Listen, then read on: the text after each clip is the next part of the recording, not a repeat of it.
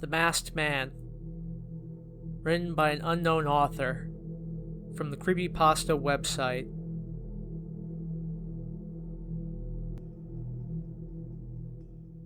Tuesday, October 11th. Today, I drove my 7-year-old son James into town to go Halloween shopping. I didn't have to buy any candy this year because we live in a cul-de-sac in the middle of a farming community on the outskirts of the city. I moved last year because I had divorced my wife and lost my old house along with custody of James. It's rather the shit end of the stick, but James and I love Halloween. It's one of the few times a year that Tracy finds it acceptable for my only son to come visit me. James stays with her on every other holiday throughout the year, his birthday, and everything else in between. I get to see him only on his birthday and the week preceding Halloween, unless the high bitch court finds it suitable for him to come spend the night every once in a while. Frankly, I'm surprised she even let him come shopping with me. Upon perusing the aisles, James showed a strong affinity to a flamboyantly green and purple Buzz Lightyear costume. It's really typical for a kid to have an eye for the most expensive thing on the rack, but I didn't have the heart to say no to those bombless blue eyes. He also picked out all the house decorations. I know we won't be getting any trick-or-treaters out where I live, but adorning the exterior of our home was always one of our favorite things to do together. Friday, October 21st. It looks like James and I will be having some competition for Best Halloween Decorations Award, which, sadly, in this neighborhood, is only a pat on the back. When I lived with James and my ex-wife, he and I won the trophy every year since he was 3. Reminiscence aside, my next-door neighbor is really giving us a run for our money.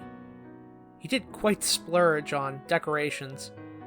He must have ordered everything online, because aside from the cliché Happy Halloween banners and the like, the festive treasures found on his house and lawn were nowhere to be seen in the store when James and I shopped, which sold only festive decor.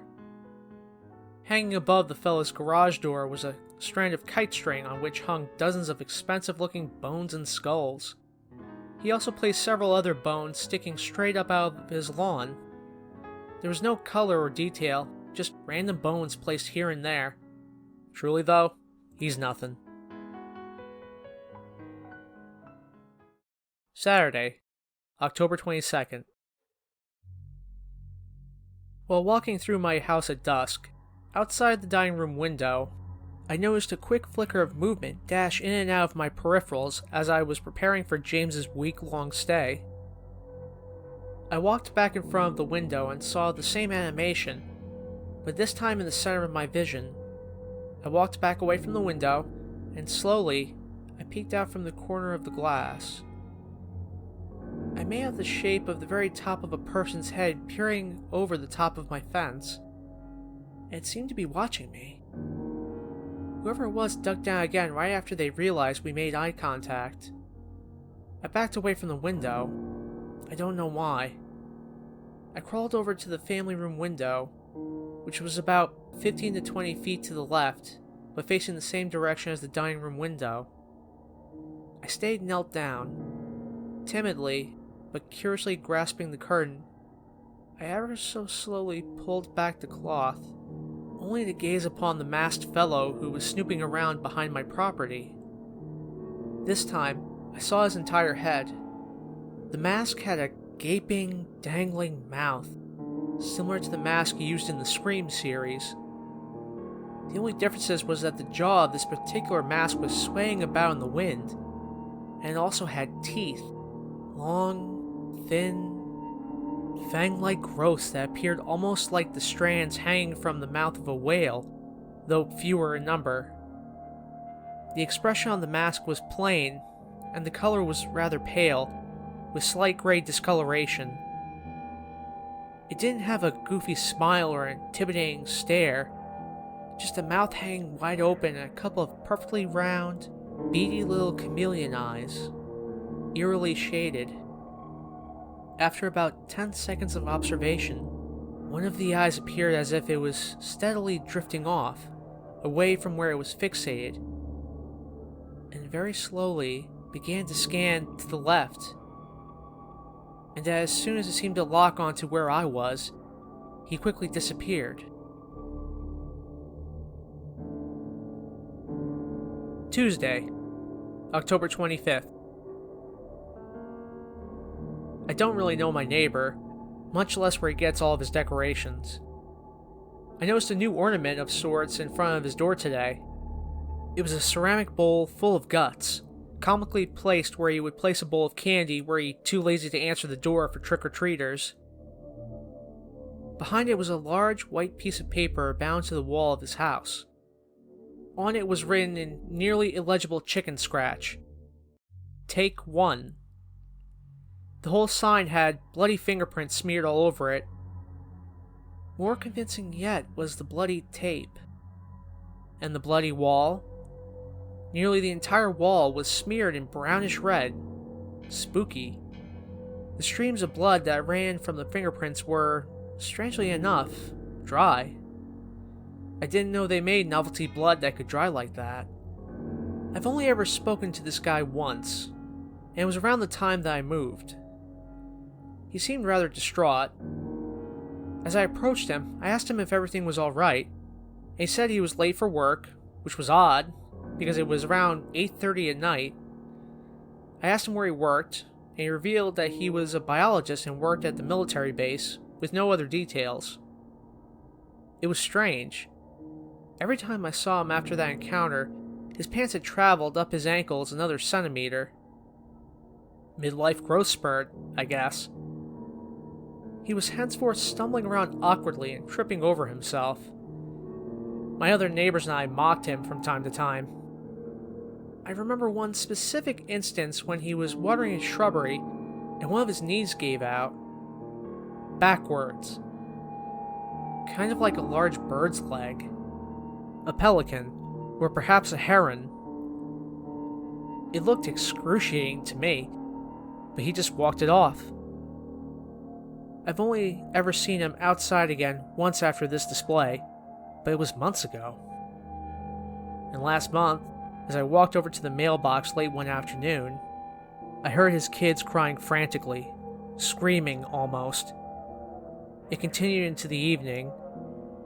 The noise stopped eventually, though. I was having trouble sleeping through that horrifying racket. I sincerely hope he had his parenting privileges revoked.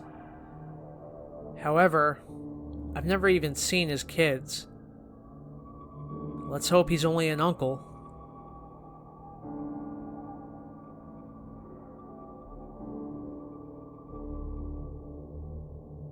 Wednesday, October 26th.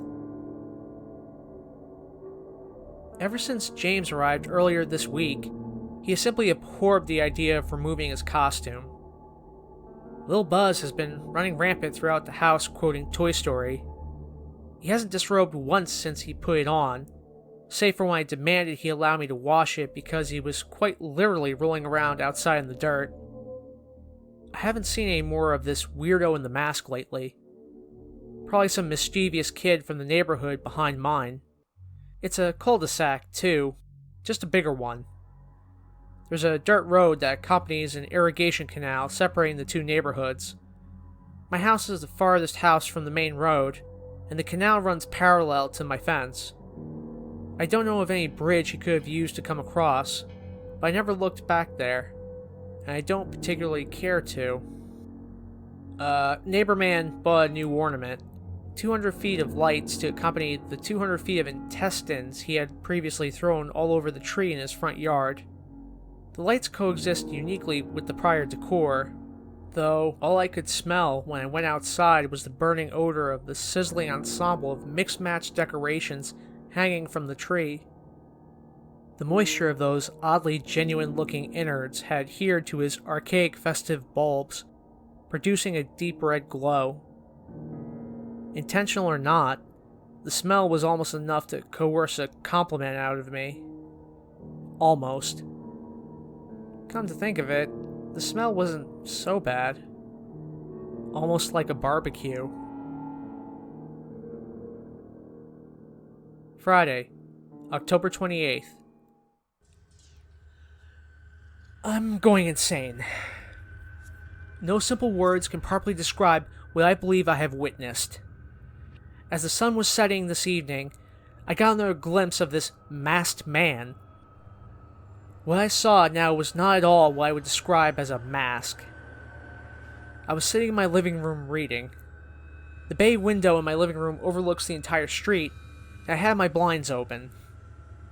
I had been startled and looked up out the window toward the nearly dissipated sun because I had heard what sounded like an asthmatic man gasping for air through a megaphone over top of a vocal, frightened cat. I stood up from my couch and walked briskly toward the window. I cupped my hands above my eyes to deter the sunlight and pressed my face against the window. And I saw it. It was pursuing a small cat. It ran like an ostrich. Where it was not bald and discolored, it was spotted with long patches of spindly hairs and networks of pulsating blue veins. Thinning, isolated strands of gray hair flat against its flaky, decomposing head. Its flapping, low-hung chin keeping rhythm with its bounding stride as the sprinting thing began to overtake a creature built for agility. Ultra-thin, ultra-broad shoulders dutifully bounding up and down in harmony with its tree-branch-like arms, easily giving it at least a 5-foot reach. Mammoth hands, chopstick fingers, and those repulsive chameleon eyes. Buckets of drool spilt impatiently from behind its hellish teeth. Emaciated, stilt-like legs compelled the horrific image. Altogether, I observed an 8.5-foot freak show with greasy hair practically leaping from yard to yard, chasing this poor kitten for a reason ostensibly beyond simple sustenance. The cat approached a fence on the left side of the street. It leapt towards a delusion of safety. The beast proceeded to effortlessly jump from the sidewalk, over the lawn, and snatch the animal from the top of the fence with its talon-like claws as a falcon might. The cat didn't stand a chance, nor did it even manage to voice a squeal. The thing disappeared into the shadows with its, meal. An unforgettable 2.5 seconds. Then I thought about my son. He could have very well been in the same place as that cat. No, I should never say such things. Regardless, what am I to do? Forgo what little time I have throughout the year with my boy because of scary monsters on the loose? Tell my ex-wife that my neighborhood in the middle of nowhere has become too dangerous for my son to stay with me? Buy a rifle and hunt that thing myself? No matter. With only 2 days until Halloween, I doubt there will be any more trouble. Saturday, October 29th. I've thought about calling the police, but for what exactly? I definitely couldn't call in and report a burglar, or even anything human for that matter, because they wouldn't be looking for what needed to be caught. No one can know. Earlier tonight, my neighbors threw a street-wide costume party at their place down at the entrance of the street. I didn't go because I had to work late, and after I picked up James from his friend's house, we anticipated having a game night with just the two of us. Sometime during the night, James took a bathroom break. He was gone for over 15 minutes. When he returned, he seemed excited to inform me that he looked out of the living room window in between the blinds and saw what he described as a really tall, weird-looking person with a bag running patiently to the house where the party was being held, empty bag in hand. According to James, it would disappear into the backyard of the house, and seconds later, bolt out of the backyard with a full bag and tear towards my neighbor's house, wearing a costume. It repeated this process several times, each time wearing a different costume than before.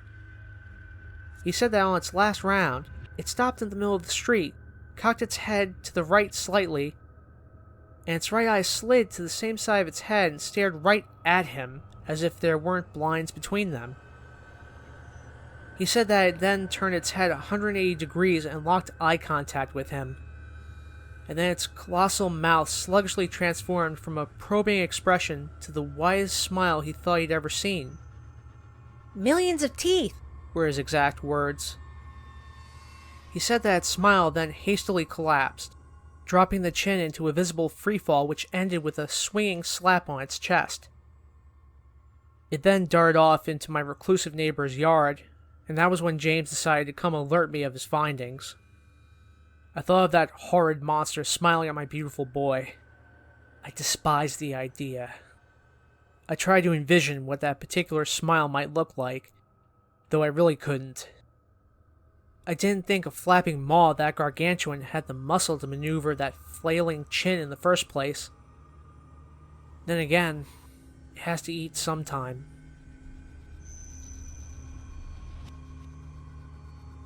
Sunday, October 30th. More decorations were, stealthily as always, erected by my mysterious neighbor. A couple of dozen or so skeletons, all different sizes, all dressed in cliché Halloween attire. There was a Marilyn Monroe skeleton, a Darth Vader skeleton, an Abraham Lincoln skeleton, so on, so forth. Every one of them was strung up by the back of its neck, feet swinging, head looking down. I really wanted to ask this guy how he comes up with all of this, where he gets it all. Perhaps if he knows that last night's rain washed the color off of most of his little knickknacks. Got handed to him, though. That slew of morbid decor in the combination with his filthy, run-down, cobweb-covered home emits a true horror movie feel. It's now just past midnight. I just got finished with my work. I brushed my teeth, and now the doorbell's ringing. Again, and again, and again. Reluctantly, I rise up and walk toward my front door. I open it. My neighbor. No, not the freak next door, but the fellow who lives behind me, on the other side of the canal. He's disgruntled. He's practically out of breath and is threatening me about something, but none of it's sinking in because of one of the skeletons hanging from my neighbor's tree. A newcomer is staring right at me, its jaw unhinged, unlike the others. It's smaller than the other skeletons, and appears to be dripping with something. The moonlight revealed to me its eyes. Big, blue eyes. I turned to face the man yelling at me. "You listening over there?" "Oh, yeah." "The hell are you trying to pull? You almost gave my wife a heart attack with that mask." Apparently, my son and I aren't the only ones who have spotted the neighborhood missing link. How could he possibly confuse that thing with me? And don't try to smooth talk your way out of this one, pal. I saw you jump clean over the fence of yours. The hell you managed to do that is still a wonder, and crawling right back into your basement. It's dark and all, but no doubt it was you, pal. I'm terribly sorry, I improvised. I don't know what came over me. If there's anything I can do... My heart sank. Wait here, please. There's no way. I'm running like a fool into my own house because this asshole bangs on my door at 12:15 in the morning to tell me that he saw this thing jump into my basement. With my trembling hands applying convulsing energy to the doorknob, I turn and fling the door wide open to reveal my son, sleeping, facing the wall just as I had left him. Figures. He's never all the way under the covers like that, but it is a bit cold in here. God damn, though. This guy at my door really does have some nerve. He scared the shit out of me. Sorry, He interrupted. Ah, save it. I ain't giving no shits about all your problems. You just stay the hell away from me and my family, you hear? Yeah, sure. A calming chuckle digs its way into his angry tone as I recognize those freshly familiar, boundless blue eyes stuffed inside the head of that skeleton. I gotta hand it to you, though. I nearly busted out laughing when I saw you running around wearing that little kid's Buzz Lightyear costume.